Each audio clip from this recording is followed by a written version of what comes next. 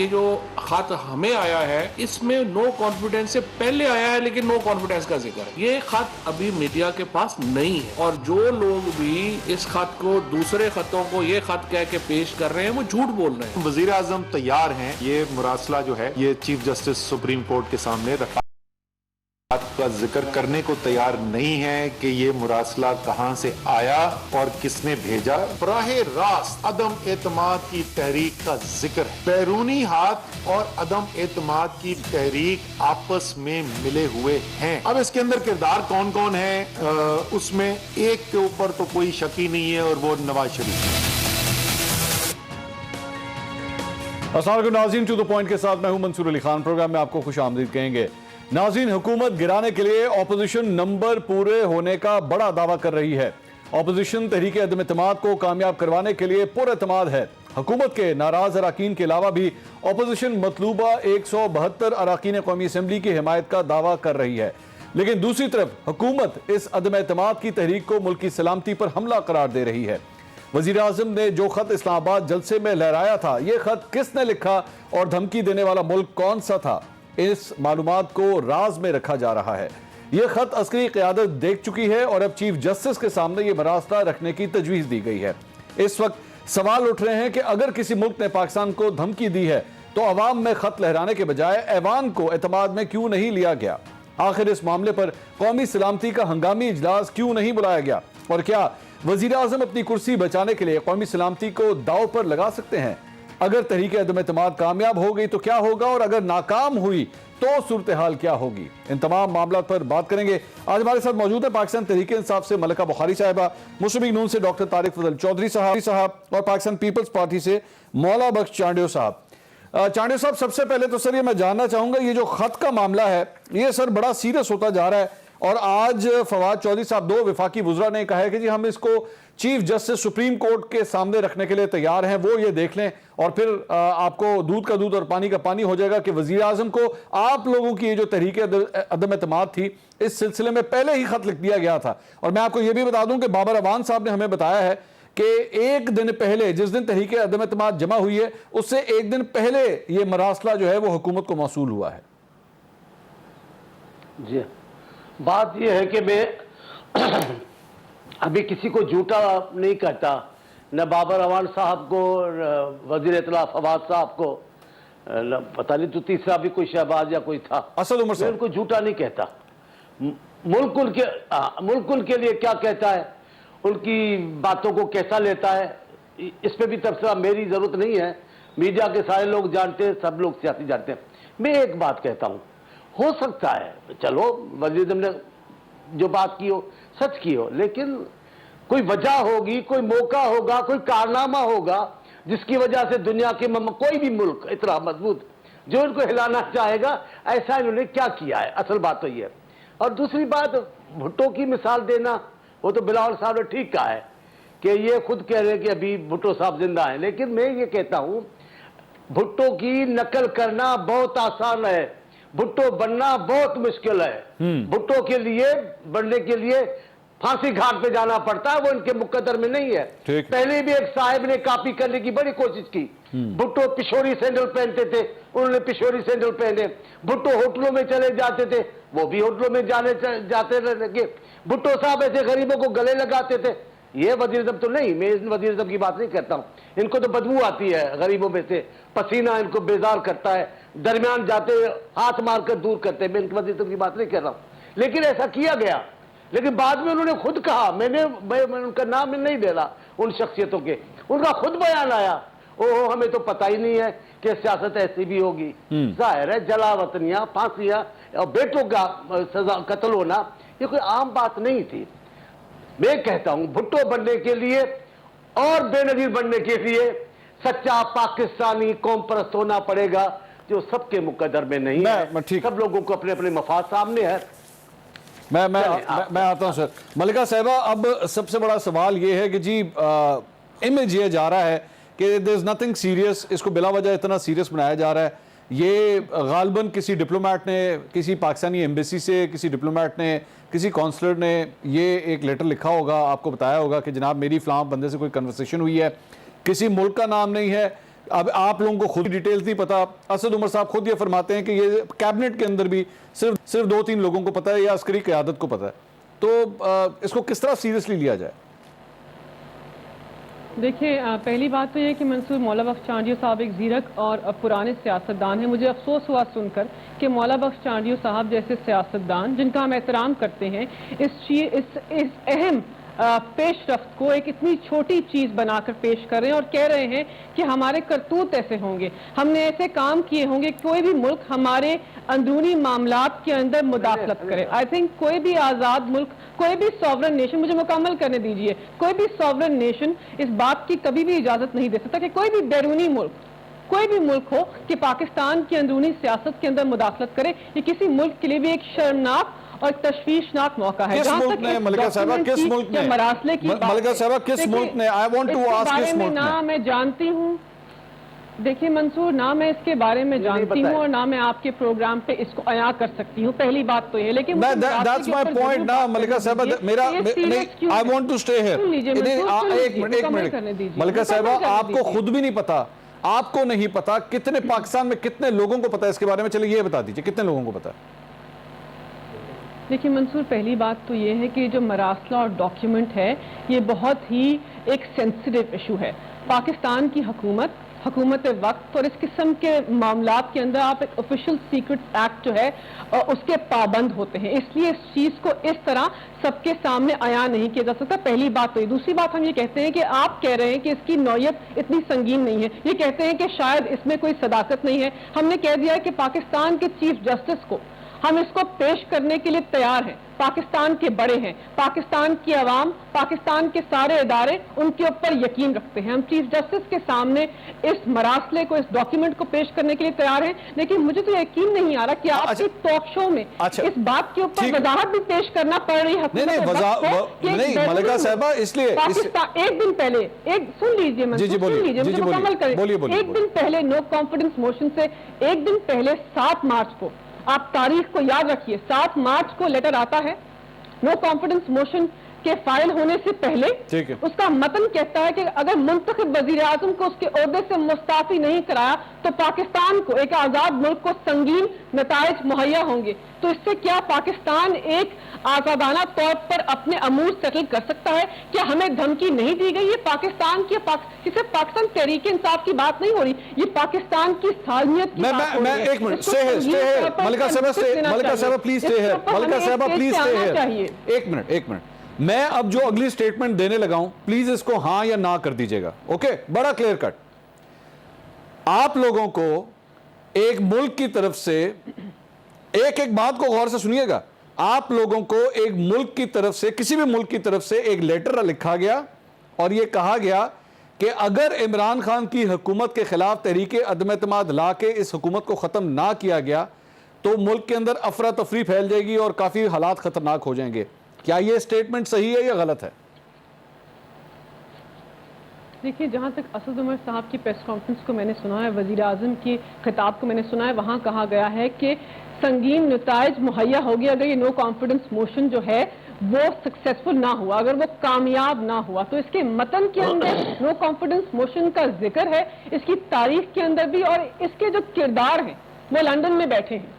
इसके अंदर जो एक किरदार है वो लंदन में बैठा है, जो हमदुल्ला जैसे लोगों से मुलाकात करते हैं, जो जिंदाल को पाकिस्तान बुलाते हैं, जो डॉन लीग्स को पेश करते हैं, जो मुल्क दुश्मन अनासर को साड़ियां भेजते हैं और अपने मुल्क बुलाते हैं, ये वो लोग हैं जो बैरूनी हाथों में खेल रहे हैं। फवाद चौधरी ने सही कहा, ऐसे शख्स को, जो अफसोसनाक है कि 3 दफा पाकिस्तान का साबिक वजीर आजम रह चुका है, उसको बाहर मैं इंसानी बुनियादों अच्छा, मलिका साहब मैं ठीक है, मलिका साहब मैं आई वांट टू, मेरी बात सुनिए, कमजोर करने की कोशिश की जा रही है, ठीक है, और इसके अंदर उनका एक अहम किरदार है। अच्छा, मैं आपकी बात देखिए, मैं इस वक्त ये जो डिबेट बात हो रही है ना, आई एम ट्राइंग कि मैं किसी तरह पाकिस्तान को फैक्ट्स बता सकूं कि इस वक्त एक्चुअली हुआ क्या है, व्हाट हैज हैपेंड। अब आप फरमा रही हैं आपको फैक्ट्स नहीं पता, मैंने आपके सामने एक स्टेटमेंट रखी है, आप उसको भी एक्सेप्ट नहीं कर रही, how will we move forward? और सेकेंडली, आप खुद एक लॉयर हैं, I mean you practice law. आप लोगों ने कहा कि जी हम इसे सुप्रीम कोर्ट के चीफ जस्टिस को दिखाने के लिए तैयार हैं। एक फॉरेन मैटर है, फॉरेन अफेयर्स का मैटर है, नेशनल सिक्योरिटी का मैटर है। चीफ जस्टिस ऑफ पाकिस्तान को ये खत उनकी जुरिस्डिक्शन बनती है क्या उनको जाके दिखाना कि ये देखे जी ये क्या हो रहा है? उनका क्या लेना देना है इस सारे मामले के साथ? कि मंसूर, बात ये है ना कि किसी ने, देखिए, क्योंकि एक इल्ज़ाम लगाया गया और सहाफ़ी जो कि सीनियर सहाफ़ी हैं, अफसोसनाक है कि उनका इतना बुरा किरदार रहा इसके अंदर कि कहा कि ये लेटर जो है झूठ है और इसकी एक कॉपी हमारे पास है। वो भी जानते हैं कि इस डॉक्यूमेंट की, इस मरासले की कॉपी उनके पास नहीं है। तो हमने वजाहत के तौर पर कहा कि अगर हम पर यकीन नहीं है तो चीफ जस्टिस पाकिस्तान के सामने इसकी वजाहत पेश करते हैं। हम भी जानते हैं कि कोई ऐसी उनके पास जुरिस्डिक्शन नहीं है, लेकिन क्योंकि पाकिस्तान की आला अदालत की सरपरस्ती करते हैं, पाकिस्तान के आईन के गार्डियंस हैं, पाकिस्तान की आवाम के हकूक के जामिन हैं, हमारी सालमियत के बारे में फैसले दे चुके हैं, तो हम कहते हैं कि ऐसे शख्स को, ऐसे अहम किरदार को, ऐसे शख्स के सामने हम इस मरासले का मतन रख देते हैं, वही फैसला कर लेंगे कि पाकिस्तान तहरीक इंसाफ की हुकूमत झूठ बोल रही है या सच बोल रही है। देखिए मंसूर, हम इक़्तिदार की हवस में ऐसे नहीं हो गए कि पाकिस्तान की सालमियत के ऊपर एक ऐसा नुक्ता उठा लें जो कभी सामने ही नहीं आया था। क्या आपको लगता है कि जिस आदमी ने पाकिस्तान के किरदार को, पाकिस्तान की शनाख्त को इतनी अहमियत दी, जिसने हर फोरम के ऊपर पाकिस्तान के लड़ाई की, वो वजीर आजम पाकिस्तान की सालमियत को कुछ सीटों के लिए कुर्बान कर सकता है? इमरान खान वो वजीर आजम नहीं है, वो हुकूमत नहीं है। हम जो चीज सामने लेकर आए हैं उसमें सच्चाई है, सदाकत है और बैरूनी इन्वॉल्वमेंट है, और पाकिस्तान की आवाम के सामने जरूर पेश करना चाहते हैं कि कॉन्फिडेंस मोशन के अंदर जो किरदार शामिल है वो पाकिस्तान की सालमियत को नुकसान पहुंचा रहा है। डॉक्टर साहब, ये बड़ा सवेर एलिगेशन है, और ये एलिगेशन मुल्क गद्दारी से कम नहीं है अगर ये ऐसी बात है, क्योंकि ये आप लोगों की पूरी तहरीक अदम एतमाद को एक्चुअली पाकिस्तान दुश्मन साजिशी अनासर के साथ जोड़ने की एक कोशिश हो रही है। ये जो पाकिस्तान तहरीक इंसाफ कर रही है, this is a very very serious allegation. आप भी इस बात पे राजी हैं कि चीफ जस्टिस को एक्चुअली जाके लेटर वाकई दिखा दिया जाए, दूध का दूध और पानी का पानी हो जाएगा? बिस्मिल्लाहिर्रहमानिर्रहीम। मंसूर भाई, बहुत शुक्रिया। काफ़ी दिनों बाद आपके प्रोग्राम में शिरकत का मौका मिला, कुछ मसरूफियात थी, दावत आपकी मिलती रही, बहुत शुक्रिया आपका। देखिए, आज सबसे पहले तो मैं ये कहूँगा कि आपने मोहतरमा मलिका बुखारी साहिबा को पूरा टाइम दिया, और मैं भी बड़े गौर से उनकी गुफ्तगू सुन रहा था, लेकिन इतने वक्त के बावजूद मेरा ख्याल है कि सूरत हाल पर कोई रोशनी डालने की बजाय उन्होंने सूरत हाल को मज़ीद कन्फ्यूज़ कर दिया है। और यही हाल हर पार्टी तर्जुमान का है कि इस मौजू के ऊपर बात करते हुए, चूँकि एक ऐसी बात जिसका ना कोई सर है ना कोई पैर है, वो एक कागज़ जो है इमरान खान साहब ने लहरा दिया है, जिस 3.5 सालों से ये कागज़ लहरा रहे हैं कि जी हमारे पास सबूत हैं। अदालतों में जाते हैं तो वहाँ अखबार होते हैं, शर्मिंदा होते हैं इनके वकील, क्योंकि वो कागज़ सिर्फ टॉक शोज़ की जीनत के होते हैं। ये जलसे की जीनत बनाया इमरान खान साहब ने। अब उसको वो जस्टिफाई जिस तरीके से कर रहे हैं, एक बेरंग खत मैं और आप तो समझ सकते हैं, हमारी शायद आज की नौजवान नस्ल ना समझ सके। ये एक बेरंग खत है जिसका ना सर है ना पैर है, ना पता भेजा किसने, ना वो पता है कि जहाँ इसने जाना है। और मैं आपको अर्ज़ करूँ, सिर्फ पहली बात तो ये कि मियां नवाज शरीफ साहब के हवाले से, मियां नवाज शरीफ 3 दफ़ा इस मुल्क के प्राइम मिनिस्टर रहे, उनके ऊपर आपने बेशुमार इल्ज़ाम लगाए। मैं PTI हुकूमत की बात कर रहा हूँ। अल्लाह ताला उन्होंने सुरखरू किया, करप्शन, मनी लॉन्ड्रिंग, जिन लोगों को आपने अरबों रुपये दिए उनके खिलाफ तहकीकात के लिए, वो सिर्फ शरीफ फैमिली से नहीं, पाकिस्तान की पूरी कौम से कावे मूसवी जैसे लोग जो हैं वो माफिया मांगते फिर रहे हैं कि कोई करप्शन नहीं हुई। लेकिन जी कभी भी पाकिस्तान की सालमियत के हवाले से, पाकिस्तान की इंटरेस्ट के हवाले से, पाकिस्तान की नेशनल सिक्योरिटी के हवाले से नवाज शरीफ की ज़ात के ऊपर कोई इल्ज़ाम भी नहीं लगा सका। पहली बात तो ये है, अल्हम्दुलिल्लाह। दूसरी बात ये है जी कि ये जो ख़त है, मुबैना ख़त, बेरंग ख़त, और ये कहते हैं कि इससे हमारा जो नेशनल सिक्योरिटी है वो इससे मुंसलिक है जी। मैं पहले तो उनका शुक्रिया अदा करता हूँ कि इतने हसास नोयत के ख़त का कम अज़ कम इन्होंने जिक्र किया कि हम चीफ जस्टिस के सामने इस ख़त को पेश करेंगे। मैं उस पर भी आऊँगा, लेकिन ये इनकी मेहरबानी है, इनसे कुछ बईद नहीं है। ये भी कह सकते थे कि हम ये ख़त जो है थाना पारा के SHO को देंगे, या यहाँ यूनियन काउंसिल G6 इस्लामाबाद के चेयरमैन को देंगे। मतलब इन लोगों से आप कुछ भी तवक्को कर सकते हैं। कहने का मतलब ये है, आप मुझे ये बताएं मंसूर साहब कि नेशनल सिक्योरिटी, मैं बड़ी इंपॉर्टेंट बात करने लगा हूँ, आपने बड़े इंपॉर्टेंट सवालात किए हैं और बड़े आपने नाप तोल के अल्फाज इस्तेमाल किए हैं। मैं भी बिल्कुल उसी तर्ज पर ये बात आपसे करने लगा हूँ जो करने जा रहा हूँ। नेशनल सिक्योरिटी का पाकिस्तान के चीफ जस्टिस से क्या ताल्लुक है? नेशनल सिक्योरिटी को क्या थ्रेट है? ये बात पाकिस्तान के इंटेलिजेंस और खुफिया इदारों को पता होती है। आपके अफवाज के इदारे जो हैं उनको पता होती है, आपके नेशनल सिक्योरिटी के दीगर इदारों को पता होती है।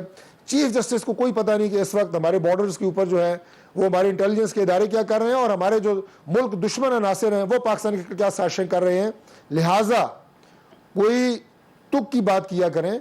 मैं दावा नहीं बल्कि मैं चैलेंज करता हूं आपको, और मैं रिक्वेस्ट भी करता हूं एट द सेम टाइम कि आप इस खत को नेशनल सिक्योरिटी के जो इदारे हैं, जो जामिन हैं अल्लाह ताला के बाद पाकिस्तान की सालमियत, पाकिस्तान की हिफाजत के, उनके हवाले करें, और जिसने पाकिस्तान की सालमियत के खिलाफ साजिश की है उससे करार वाकई सजा दे। नहीं डॉक्टर साहब, उसे एक सिर्फ पॉइंट सर सुन ले सर, वो कह रहे हैं कि आला अस्करी क़यादत को दिखा दिया हुआ है, आला अस्करी क़यादत को ये खत दिखा दिया हुआ है सर। आला अस्करी क़यादत को अगर दिखा दिया है तो इसका मतलब है कि आला अस्करी क़यादत, पहली बात तो मुझे इस बयान पर यकीन नहीं है। अच्छा, दूसरी बात यह है कि आला अस्करी क़यादत को अगर इस खत के मंदरजात में कोई चीज़ ऐसे लगती कि कोई बैरूनी साजिश हो रही है पाकिस्तान के ख़िलाफ़, कोई नेशनल सिक्योरिटी का इशू है, तो वो खामोश बैठने वाली क़यादत नहीं है। इस पर फ़ौरन आला अस्करी क़यादत एक्शन लेती, हाँ, उन किरदारों को बेनकाब करती, उनके खिलाफ कार्रवाई होती। और ये जो आज आपने बैठ के आपके मैं क्या कहूँ, मज़ाहिया किरदार जो आज आपके प्रेस कॉन्फ्रेंसें करते फिर रहे हैं, इन्हें प्रेस कॉन्फ्रेंस की नौबत ना आती। ठीक है मंसूर साहब, नेशनल सिक्योरिटी के जो मामलात होते हैं ना प्रेस कॉन्फ्रेंस में हल होते हैं, ना टीवी टॉक शोज में हल होते हैं।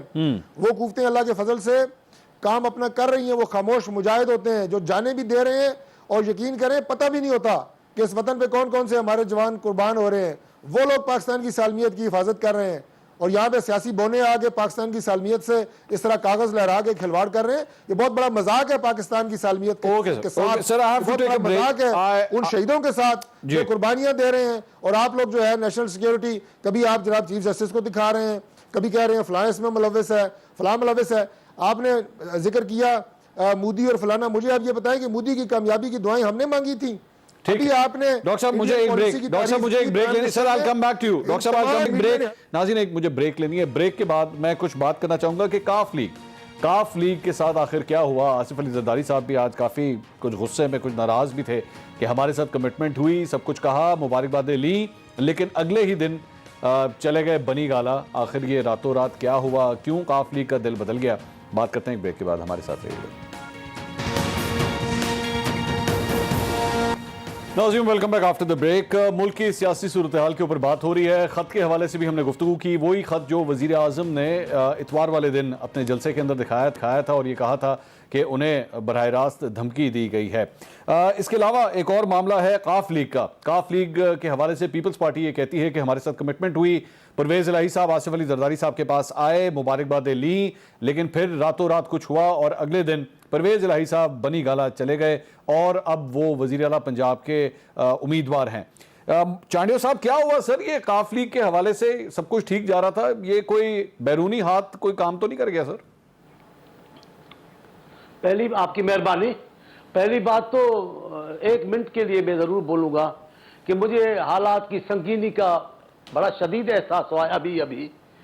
कल तक तो जलसा भी मैंने सुना था तो कुछ भी नहीं, खोदा पहाड़ निकला चूहा, लेकिन अभी ये मेरी छोटी सी बहन है, बड़ी प्यारी सी मलाइका साहिबा, ये बड़ी शाइस्ता गुफ्तगू करती है, और लेकिन आज गुस्से में है।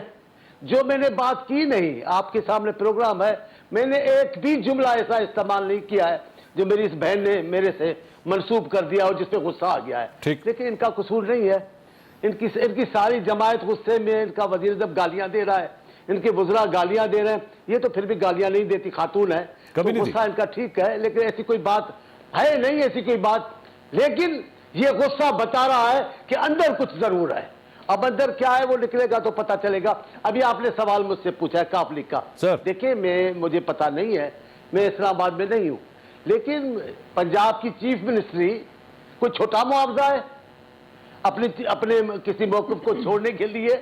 अगर उसूलों की सियासत नहीं है तो पंजाब की वज़ारत आला बहुत बड़ा मनसब है, जो उनको वज़ीर आज़म जितना बराबर का मनसब, पंजाब इतना बड़ा सूबा है, उसकी चीफ मिनिस्ट्री है, तो वो काफ़ी है। मुझे हैरत हुई, आपने कहा मुझे नहीं पता क्या हुआ है, कल वो नहीं थे, आज वो वज़ीर आला नामित हो गए, और क्या होगा, ये काफ़ी है। अगर आपको ये पता नहीं चला तो मैं आ रहा हूँ इस्लामाबाद, आपको बैठ के बताऊंगा कि चीफ मिनिस्ट्री पंजाब का वायदा वजीर ने किया है। सिर्फ ये नहीं कि चौधरी साहबान को नहीं, एक चौधरी साहब की बात कर रहा हूँ। शुजात साहब बहुत अच्छे हैं, सीनियर आदमी, में उन पर नहीं बोलता। उनके साहबजादे अभी हमारे साथ टूर में थे मेक्सिको में, कमाल के तुर्की में, कमाल के नौजवान है। मैं उन पे नहीं बोल रहा, उनकी उसूलों पे, सियासत पे बोल रहा हूँ। सियासत उनकी ऐसी ही है। लेकिन अभी अभी सवाल ये कि हुआ क्या है, हमसे उन्होंने वादा किया जैसे सियासी वादा होता है, ऐसे क्या, मैं क्योंकि बातचीत में नहीं तो मुझे नहीं पता।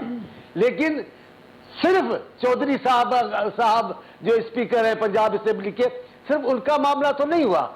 वजीर आज़म का कितना घमंड टूट गया, कितना तकब्बुर टूट गया। कितने लोगों ने, पाकिस्तान के कितने लोगों ने, कितने समझदार लोगों ने उनको कहा जनाब बुजदार साहब को घर भेजे, ये तबाही हो गई है। उन्होंने कहा कब मर सकता हूं, ये नहीं हटेगा। अब देखें जी, जिस भी वादे के लिए कहा मैं मर सकता हूं, वो सब काम उन्होंने किए हैं। अब ये भी कहा कि नहीं करूंगा, करना पड़ा। मामला हमारा झुकना कोई नहीं, वादा खिलाफी सियासत है, वो पावर पॉलिटिक्स करते हैं जहां पावर होगी। मैं 1 मिनट करके बात खत्म कर रहा हूं। हमारे बड़े पुराने एक आदमी शख्सियत का तज़किरा चलता है, कहते हैं, उनको कहते हैं कि जनाब आप बेवफा लोग हैं, आप वफा की सियासत करते ही नहीं है। उनका कैसे भाई, कहा हर साथ के मिल जाते हो। तो उन्होंने कहा मैं बेवफा नहीं हूं, कुर्सी बेवफा है, जहां हमें छोड़ के फिर चली जाती है, हमें मजबूरन वहां जाना पड़ता है।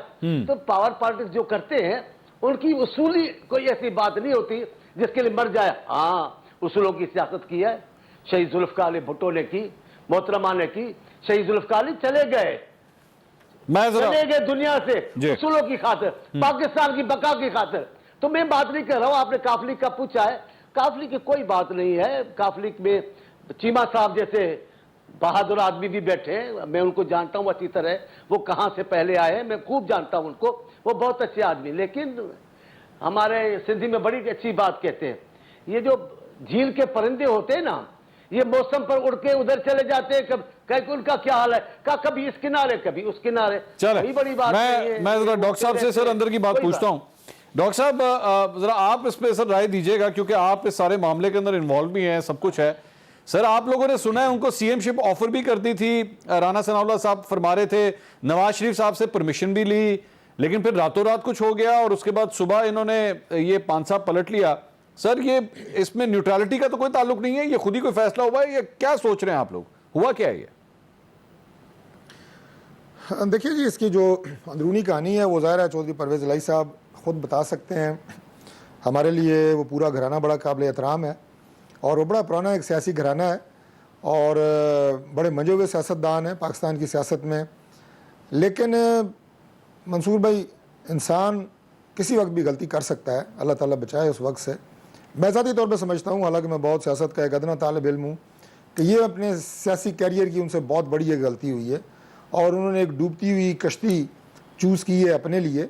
और ये पहली बात तो ये है, ये मैंने क्यों ये बात की, उसकी 2 वजूहात हैं। एक तो ये कि इमरान खान साहब के पास इस वक्त ये स्ट्रेंथ ही मौजूद नहीं है कि वो वज़ीर आला पंजाब का मनसब किसी शख्स को दिलवा सकें और उसे जितवा सकें। ये किस तरह कह रहे हैं नंबर गेम में वो बिल्कुल पंजाब में फारिग हो चुके हैं। ये किस तरह, मैं आपको बता चुका हूँ ना, चूंकि देखें अब इसमें तो मैं आपको नाम तो नहीं बता सकता। नहीं, मैंने तो सर आप साहब ने आज नहीं, स्ट्रैटेजी के लिहाज से भी ये किस तरह, मतलब नंबर गेम तो तहरीक इंसाफ के पास नहीं है क्या? नहीं, पंजाब असेंबली में नंबर गेम इनके पास बिल्कुल भी नहीं है। अच्छा, कौमी असेंबली में नंबर गेम इनके पास बिल्कुल भी नहीं है। अब ये वो बातें हैं ना जो सिर्फ हम आपको स्टेटमेंट दे सकते हैं, इसकी तफसीलात मजीद आपको नहीं बता सकते जब तक कि ये सारी बातें मौके के ऊपर जो है वो आएंगी तो वो आपको पता लग जाएगा इंशाल्लाह। हाँ। लेकिन हैविंग सेड दैट, मंसूर साहब, इस सारी चीज़ में एक बात जो खुल के सामने आई है और वो पाकिस्तान की पूरी कौम देख रही है, जो इमरान खान साहब कहते हैं पाकिस्तानियों, तो पाकिस्तानियों आज ज़रा ये भी सुन लो कि इस एक मूव से तमाम इमरान खान साहब की सियासत की कुली खुल गई है। उन्होंने फरमाया था कि मैं असूल पसंदी की सियासत करूँगा। PTI का एक नज़रिया है, नौजवानों का नज़रिया, असूलों पे डटने का नज़रिया, वो सारा आज फारिग हो गया। इमरान खान साहब ने फरमाया था कि पाकिस्तानियों, मैं इक़्तिदार की सियासत नहीं करूँगा, मैं असूल कुर्बान नहीं करूँगा, मैं हुकूमत के लिए कंप्रोमाइज़ नहीं करूँगा पाकिस्तानियों। तो पाकिस्तानियों, ये कंप्रोमाइज़ भी है, ये सिर्फ इक़्तिदार की सियासत है, ये कुर्सी से चिमटे रहने की सियासत है, ये मैं ना मानूँ, मैं ना जाऊँ, मैं हर तरह का कंप्रोमाइज करूंगा पाकिस्तानियों, लेकिन मैं कुर्सी नहीं छोड़ूंगा। ठीक है। ये इमरान खान की सियासत आज पूरी कौम ने देख ली है। मेरा ख्याल है कि इससे बड़ा U turn, double U turn वो हो नहीं सकता जो उन्होंने आज ये किया है। मैं लफ्ज़ इसका जवाब देंगी साहब के लिए वो कहते रहे हैं, लेकिन आज उन्होंने साबित किया है कि उन्हें आप घसीट के भी उतारेंगे, उन्हें इक़्तिदार नहीं छोड़ना। ठीक है, सिर्फ इक़्तिदार की सियासत कर रहे हैं, ना असूल, ना वज़ादारी, ना नजरिया और ना कुछ और। मलिका साहिबा से इसका जवाब लेते हैं जी, एक मैंने लेनी है, ब्रेक के बाद मलिका साहिबा से जवाब लेते हैं कि आखिर क्या बात थी कि एक जगह कोयटा के अंदर मुजाहिरीन बैठे हुए थे और उन्होंने कहा कि आप मुझे ब्लैकमेल नहीं कर सकते, लेकिन यहाँ पे पंजाब में जब कुर्सी की बात आई तो वजारत आला जिनको ये कहा करते थे कि पंजाब के सबसे बड़े डाकू हैं, उनको देने के लिए तैयार हो गए। आखिर ऐसी कौन सी बात थी? बात करेंगे एक ब्रेक के बाद, हमारे साथ रहिएगा। नाज़रीन, welcome back after the break. बात हो रही थी परवेज इलाही साहब, मुस्लिम ईकाफ, जिसने अब हुकूमत का साथ देने का ऐलान कर दिया है, उसी पे हम बात करें। मलिका बुखारी साहबा, ये जो कुछ भी हुआ है और जिस तरह ये आपके ऊपर ऑपोजिशन ताने तशने भी दे रही है कि जी आप लोगों का गुरूर टूट गया, जिसको पंजाब का सबसे बड़ा डाकू कहते थे अब आपको उसको वजीर आला बनाना पड़ रहा है, ये सारा कुछ होने के बाद आप समझती हैं पाकिस्तान तहरीक इंसाफ अब पंजाब में पहले से ज्यादा मजबूत होगी या एक्चुअली पहले से ज्यादा कमजोर हो जाएगी? देखिए मंसूर, पहले तो दोनों अपोजिशन के रहनुमाओं की बात का जवाब दूंगी। इन्होंने कहा कि पाकिस्तान तहरीक इंसाफ के ऊपर बहुत सारी बातें की। देखिए, पाकिस्तान तहरीक इंसाफ तो अपने एक इत्तेहादी के साथ शराकत दारी की नज़रिए के ऊपर एक हिकमत अमली के मुताबिक वफाक से पंजाब के अंदर हुकूमत को चलाना चाहते हैं। तहरीक इंसाफ तो ये कर रहे हैं ना, हमारे इत्तेहादी हैं, वफाक में उनके पास काबीना में मौजूदगी थी, पंजाब में काबीना में मौजूदगी थी, वहाँ पे स्पीकर थे, तो हम तो उसी अमल को आगे बढ़ा रहे हैं। कौन से असूलों की सियासत की यहाँ पर बात की जा रही है? ये दोनों रहनुमा, इनके ऊपर पाकिस्तान की अवाम इस वक्त देखकर तशवीश से देख रहे होंगे कि ये असूलों की बात कर रहे हैं जो नाना के कातिलों के साथ बैठते हैं। क्या वो असूलों की बात करते हैं जो माँ के ऊपर, शहीद माँ के ऊपर किरदार कशी के अमल को करने वालों के साथ हुकूमत गिराना चाहते हैं? क्या वो असूलों की सियासत करते हैं? जो औरत कहती थी कि जरदारी को वोट देना है, इमरान खान को वोट देना है, क्या वो असूलों की सियासत है? क्या एक दूसरे का पेट फाड़ के सड़कों पर घसीटना असूलों की सियासत थी? किन असूलों की सियासत की बात कर रहे हैं? आपकी सियासत का महवर, आप कहेंगे कि तल्ख बातें कर रही है, गुस्सा आ रहा है, आपकी सियासत का महवर सिर्फ इक्तदार है। आपने इमरान खान को मुतहर्रिक होकर इक्तदार से हटाना है और इक्तदार की कुर्सी के ऊपर बैठना है। 3 दहाइयां नहीं तो फिर मैं मलिका साहबा फिर मैं ये कहूं, मेरा सवाल सुन लीजिए ना, मैं ये कहूं कि फिर एक्चुअली असूलों पे कोई भी नहीं चल रहा। मैं ये कह दूं, फिर आप तीनों के बारे में कह दूं, कोई भी नहीं चल रहा। नहीं मंसूर देखिए, हम अपने असूलों से नहीं फिर रहे। हमने कभी ये नहीं कहा था कि पाकिस्तान मुस्लिम लीग काफ के जो सियासतदान है, जो उनकी हिकमत अमली इस वक्त पंजाब के अंदर है, वो सही नहीं है।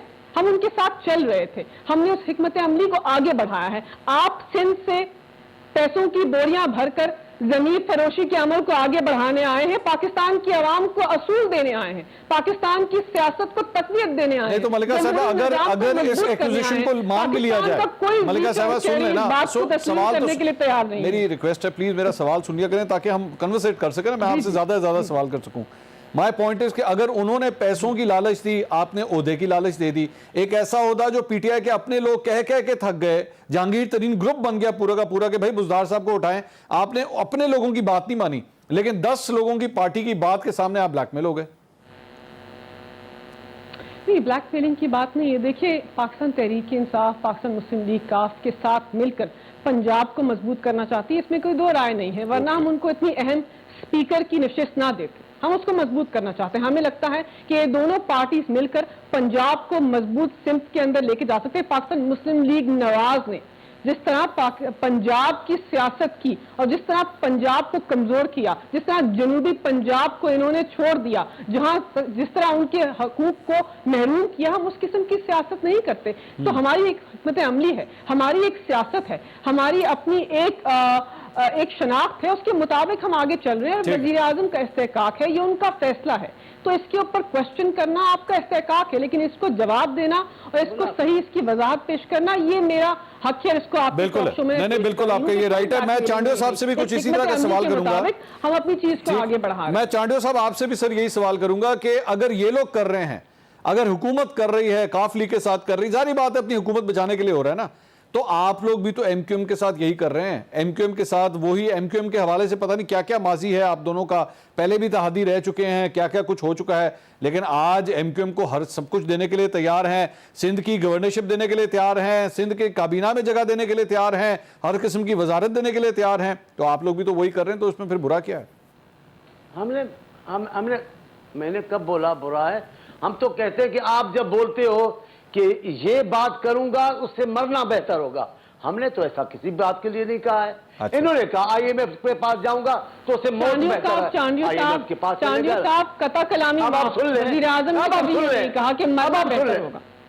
अब आप सुन लें, अब आप सुन लें, अब ऐसा लग करें मलिका, आप नहीं करें, मैं आपका एहतराम करता हूँ, सुन आपका एहतराम करते हैं, आपकी बात सुन रहे हैं। मैं आपके बीच में नहीं बोलता, मैं आपके बीच में नहीं, मैं आपके बीच में, मैं आपसे वजाहत मांग ही नहीं रहा हूं। पूरी सारी दुनिया आपके लीडर को देख रही है, मैं आपसे वजाहत नहीं मांग रहा हूं। पहले आप सुन ले, कोई बात नहीं है, अभी थोड़ा गुस्सा रोके, अभी 2 दिन हो रहे हैं, अभी आपको बड़ा गुस्सा करना होगा, आप देखिएगा, क्योंकि आपके हुकूमत पे इन्ना लिल्लाहि व इन्ना इलैहि राजिऊन पढ़ दी गई है। अब आप गुस्सा ना हो, मुझे बोलने देना, ऐसे ना करें, मैं कितने प्यार से आपसे बात कर रहा हूँ। आपकी अलामत नहीं थी और हम रीजनल पार्टी नहीं बने, काय की वफाक की अलामत, आप नहीं है वफाक, आप नहीं है वफाक, आप नहीं है वफाक, ऐसा ये बुरी बात है, बुरी बात है, बने। अच्छा चले, मैं एक काम करता हूँ, एक काम करते हैं चांडियो साहब, मेरी दरख्वास्त नहीं, ऐसा नहीं होगा, ऐसा नहीं होगा, पहले मेरी बात सुन ले, ऐसा नहीं होगा। मैं चांडियो साहब, मैं इसलिए कह रहा हूं कि मैंने एक ब्रेक लेनी है, मैं ब्रेक ले लूं, फिर आपको मौका देता हूं, आपको इंटरप्ट ले, आपको तब कोई इंटरप्ट कोई ना करे, मैं इसलिए एक ब्रेक लेता हूं। ब्रेक के बाद चांडियो साहब के पास दोबारा आते हैं। नाज़रीन हमारे साथ रहिएगा। नाज़रीन welcome back after the break.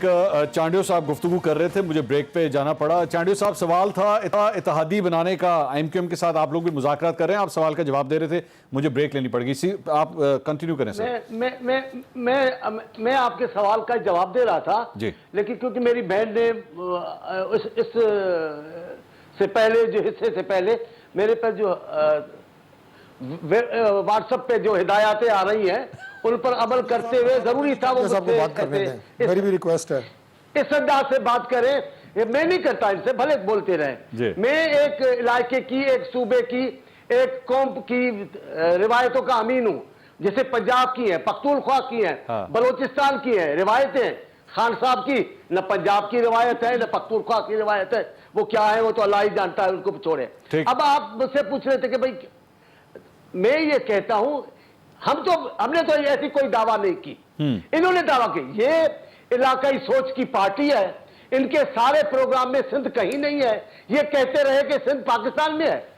कल इन्होंने खिताब किया, परसों हर बात में पंजाब, वो सारे मंसूबे नून लीग के, सारी स्कीमें नून लीग की, पीपुल्स पार्टी। अब ये डेमो की, 2 डेम का तस्करा किया, बाबा हमारी हुकूमत थी तो भी हमने ये पख्तूनख्वा में डेमो की बात हुई थी, डेम बनाने का ऐलान भी किया था। क्या लोगों को झूठ बोल के, लेकिन मैं आपको बात बताता हूं, उसूल परस्त थे जो पीटीआई के असल लोग थे, जिन्होंने पीटीआई बनाई, जिन्होंने पीटीआई का ख्वाब देखा, वो तो सब रोते रहे, अब भाग गए। अभी जो आप मौका परस्त लोटे खोटे मोटे जो ले आए हो, तो हवा के दोष पे रखे हुए चराग से हम जो बुझ गए, तो हवा से शिकायतें कैसी। अभी आप लाए लोटे खोटे, अब वो तो जा रहे हैं, परदेसी परिंदे उड़ रहे हैं, परदेसी परिंदे उड़ रहे हैं, अब रोने से काम नहीं चलेगा। अच्छा, मैं डॉक्टर साहब कुछ कहना चाह रहे हैं, मैं डॉक्टर साहब फिर आपसे सवाल करता हूं, पहले आप बात कर लें, आप क्या कहना चाह रहे हैं? मैं सिर्फ एक जुमला कहना चाह रहा हूं जी, गो के टॉपिक आपने चेंज कर दिया है, लेकिन जिस खत के हवाले से आपने प्रोग्राम की इब्तदाई में गुफ्तगू की और इमरान खान साहब कह रहे हैं कि मैं चीफ जस्टिस से इस खत को शेयर करने के लिए तैयार हूँ, मैं उन्हें चैलेंज करता हूँ आपके इस चैनल की विसातत से कि एक एक लम्हा, एक एक मिनट जो आप ज़ाया कर रहे हैं, अगर उस खत में कोई पाकिस्तान की सालमियत और इसकी इंटेग्रिटी और इसकी आप ये कहें कि नेशनल सिक्योरिटी के बारे में कोई ख़तरनाक चीज़ उस ख़त में मौजूद है और कोई किरदार आपके सामने आए हैं, तो एक एक मिनट जो आप ज़ाया कर रहे हैं, आप कौमी मुजरिम हैं। आप फ़ौरन इस पर एक्शन लें, आप फ़ौरन उन चोरों को बेनकाब करें, उनके खिलाफ जो है हमारे इदारे कार्रवाई करें, लिहाजा इस काम में डिले ना करें। अच्छा, मैं आप सबसे एक सवाल करूंगा, ना करें। मैं एक सवाल आप सबसे करूंगा, प्लीज सारे हाँ या ना में जवाब दीजिएगा, ज्यादा उस पर डिटेल में नहीं क्योंकि टाइम बड़ा कम है। क्या ये आप लोग चाहेंगे कि आर्मी चीफ इस मामले की तहकीकात करें? हाँ या ना में जवाब दे दीजिए। डॉक्टर साहब सबसे पहले आप बताइए, हाँ या ना? मैं चाहता हूं जी कि बिल्कुल तहकीकात करें, आर्मी चीफ भी करें, चांडियो साहब और उनके मातहत चांडियो साहब हाँ या ना सर? जरूर हाँ या ना? उन लोगों के खिलाफ कार्रवाई करें। चांडियो साहब हाँ या ना? देखिए पाकिस्तान की सालमियत की बात आप कर रहे हैं। हाँ। मेरे हाँ ना की अहमियत नहीं है। हकीकत में अगर पाकिस्तान की सालमियत को खतरा है तो आर्मी चीफ खुद ही आगाज कर देंगे। मलिका साहबा आपकी बारी। हाँ, आर्मी चीफ को करना चाहिए, तहकीकात करनी चाहिए, हाँ या ना? अस्करी क़यादत के लिए पाकिस्तान की सालमियत सरे फहरिस्त है, ठीक है, और उनको इसके बारे में उनको बावर भी कर चुके हैं। तो चीजें सामने आ जाएंगी, आया हो जाएंगी, वक्त के साथ चीजें सामने आएंगी। मैं आपसे, मेरा सवाल कुछ और था। मेरा सवाल ये है, क्या आप चाहेंगी कि आर्मी चीफ खुद इसकी तहकीकात करें? मैं आपसे ये पूछ रहा हूं। देखिए, बता चुके हैं, बिल्कुल हम उनको बता चुके हैं। अस्करी क़यादत से ये चीजें शेयर हो चुकी हैं। अस्करी क़यादत और ये भी सवाल का जवाब देना भी मैंने आपसे सवाल मेरा कुछ और था मलिका साहबा, इन्फॉर्म करना सवाल का जवाब पूछना। आप चाहेंगी वो तहकीकात करें, उसके बाद वो बड़ी देर तक सवाल का जवाब ये भी बताइए ना कि बड़ी देर तक हंसते रहे वो। मलिका साहबा चाहे हाँ या ना? हाँ या ना जल्दी बताइए, जवाब देना, जवाब दे हो सकते। बहुत बहुत शुक्रिया आपका मालिक साहबा। डॉक्टर तारिक फजल चौधरी साहब और मौलाना चांडियो साहब, बहुत शुक्रिया। नाज़रीन, कल आपसे दोबारा मुलाकात होगी।